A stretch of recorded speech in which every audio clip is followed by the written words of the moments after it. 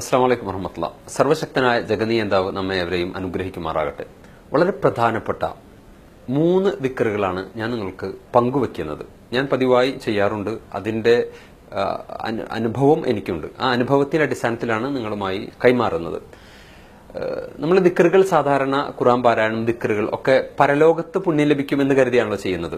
ഈ 3 ദിക്റുകളുടെ പ്രത്യേകത ദുനിയാവിൽ തന്നെ നിങ്ങൾക്ക് അനുഗ്രഹം ലഭിക്കും എന്നുള്ളതാണ്.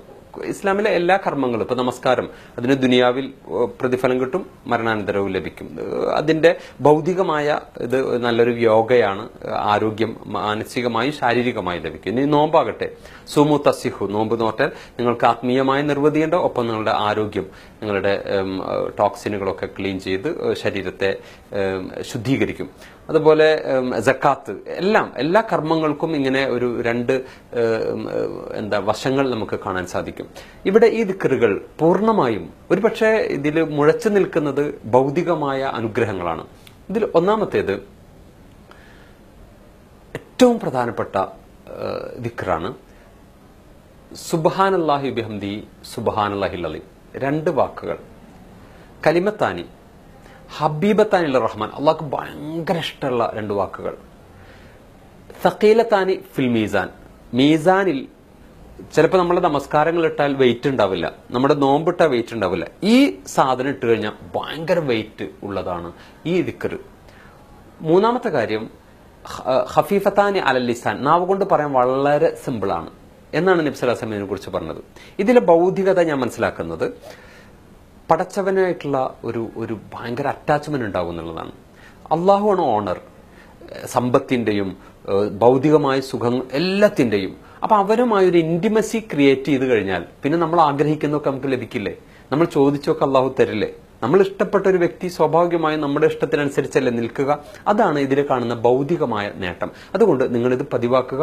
സുബ്ഹാനല്ലാഹി ബിഹംദിഹി സുബ്ഹാനല്ലാഹിൽ അലീം. ഇനി രണ്ടാമത്തെ ദിക്ർ വളരെ പ്രധാനമാണ്.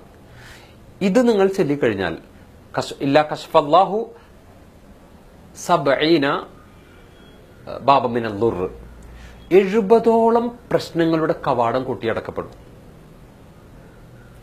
ഇമാം തിർമിദിയാണ് ഈ ഹദീസ് റിപ്പോർട്ട് ചെയ്തത്. അതിലേറ്റവും അദ്നാഹുന്ന അൽ ഫഖർ, അതിലേറ്റവും ചെറുത് ഫഖറാണ്, ദാരിദ്ര്യമാണ്. ദാരിദ്ര്യം എന്നത് നമ്മൾക്ക് ഭയങ്കര വലിയൊരു പ്രശ്നമാണ്. അള്ളാഹു പറയുന്നത് അതാണ് നിങ്ങളുടെ ഈ ദിക്ർ ചൊല്ലിയാൽ നിങ്ങൾക്ക് ഉണ്ടാകുന്ന നേട്ടങ്ങളിൽ ഏറ്റവും ചെറുത് ദാരിദ്ര്യമാണ്. അതിനു മുകളിലുള്ള 70ഓളം, ചില ഹദീസുകളിൽ 99ഓളം പ്രശ്നങ്ങൾ പരിഹരിക്കപ്പെടും ഇത് ചൊല്ലിയാൽ. സുബ്ഹാനല്ലാഹ്, ദാരിദ്ര്യത്തിന് രക്ഷപ്പെടും, ടെൻഷനിൽ രക്ഷപ്പെടും, എല്ലാ ദുരന്തങ്ങളും രക്ഷപ്പെടും ഈ ഒരു ദിക്ർ. ഇത് കൻസുൽ അർഷ് എന്ന് ഹദീസിൽ കാണാം. ഇത് അർഷിന്റെ ഒരു പീസ് ഓഫ് അർഷ് ആണ്. അതുപോലെ എല്ലാ മലക്കുകളും ഇത് പറയാതെ ആകാശത്തേക്ക് ഉയരുന്നില്ല എന്നാണ്. ഈ ദിക്ർ ലാ ഹൗല വലാ ഖുവത ഇല്ലാ ബില്ലാ. നോക്കൂ, നിങ്ങൾ എത്ര ചെറുതാണ്, പക്ഷെ ഇതിന്റെ നേട്ടം നമ്മുടെ പ്രശ്നങ്ങളൊക്കെ പരിഹരിക്കപ്പെടും. അത്രയും ഇമ്പോർട്ടന്റ് ആയിട്ടുള്ള ഒരു ദിക്റാണ്. വീട്ടിൽ നിന്ന് ഇറങ്ങുമ്പോൾ നബി പറഞ്ഞു, നിങ്ങൾ 3 കലിമത്തുകൾ ചൊല്ലുക. ബിസ്മില്ലാ തവക്കൽതു അലല്ലാഹ് ലാ ഹൗല വലാ ഖുവത ഇല്ലാ ബില്ലാ. അതിലുണ്ട് ലാ ഹൗല വലാ ഖുവത ഇല്ലാ ബില്ലാ. ഇതിൽ ബിസ്മില്ലാ എന്ന് പറയുമ്പോൾ മലക്ക് പറയത്രേ ഹുദീത്ത, അള്ളാഹു നിനക്ക് ഹിദായത്ത് ചെയ്തു തന്നിരിക്കുന്നു. തവക്കൽതു അലല്ലാഹ് എന്ന് മനുഷ്യൻ വീട്ടിൽ നിന്ന് ഇറങ്ങുമ്പോൾ പറയുമ്പോൾ മലക്ക് പറയും വക്കീത്ത, നീ പ്രൊട്ടക്റ്റഡ് ആണ്, ഒരു ആക്സിഡന്റും നിന്നെ ബാധിക്കില്ല, ധൈര്യമായിട്ട് പോയിക്കോളൂ. മൂന്നാമത്തത് ലാ ഹൗല വലാ ഖുവത ഇല്ലാ ബില്ലാ എന്ന് പറയുമ്പോൾ മലക്ക് പറയും കുഫീത്ത, മതി, നീ ഒന്നും പറയേണ്ട കാര്യമില്ല, ഇറങ്ങിക്കോളൂ. അപ്പൊ വീട്ടിൽ നിന്ന് ഇറങ്ങുമ്പോൾ വരെ ഈ ദിക്ർ ബിസ്മില്ലാഹി തവക്കൽതു അലല്ലാഹ് കൂടെ ലാ ഹൗല വലാ ഖുവത ഇല്ലാ ബില്ലാ. ഇനി മൂന്നാമത്തെ ദിക്ർ അസ്തഗ്ഫിറുല്ലാഹ്. അസ്തഗ്ഫിറുല്ലാഹ് എന്ന ഈ ദിക്ർ ഉണ്ടല്ലോ, അതിന്റെ മഹത്വം നിങ്ങൾ അറിഞ്ഞാൽ മുഹമ്മദ് സല്ലല്ലാഹു അലൈഹി വസല്ലം 100 തവണ ഓരോ ദിവസവും ചെല്ലാറുണ്ടെന്നാണ്. സലാം വീട്ടി കഴിഞ്ഞാൽ 3 തവണ അസ്തഗ്ഫിറുല്ലാഹ് എന്ന് ചെല്ലണം. ഞാനിങ്ങനെ ആലോചിച്ചു, എന്തിനാണ് പാപങ്ങളൊന്നും ചെയ്യാത്ത നബി ഇങ്ങനെ പറയണത്? അപ്പോഴാണ് മനസ്സിലായത്, ഇത് പാപം പരിഹരിക്കുക മാത്രമല്ല, ശുദ്ധമായ ഭൗതികമായ ഒരുപാട് അനുഗ്രഹങ്ങൾ ലഭിക്കും.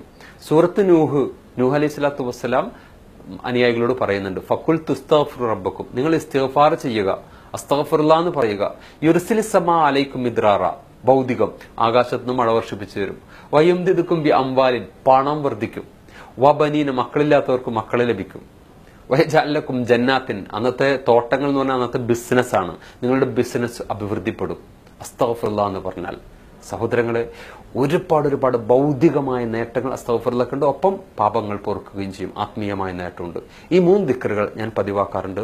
സുബ്ഹാനല്ലാഹി ബിഹംദിഹി, സുബ്ഹാനല്ലാഹിൽ അലീം, അസ്തഗ്ഫിറുല്ലാഹ്, ലാ ഹൗല വലാ ഖുവത ഇല്ലാ ബില്ലാഹ്. നിങ്ങളും പരിശ്രമിക്കുക. തീർച്ചയായും നിങ്ങൾക്കത് അനുഭവിക്കാൻ സാധിക്കും. You can feel it. പടച്ചവൻ അനുഗ്രഹിക്കട്ടെ. അസ്സലാമു അലൈക്കും വറഹ്മത്തുള്ളാഹി വബറകാതുഹു.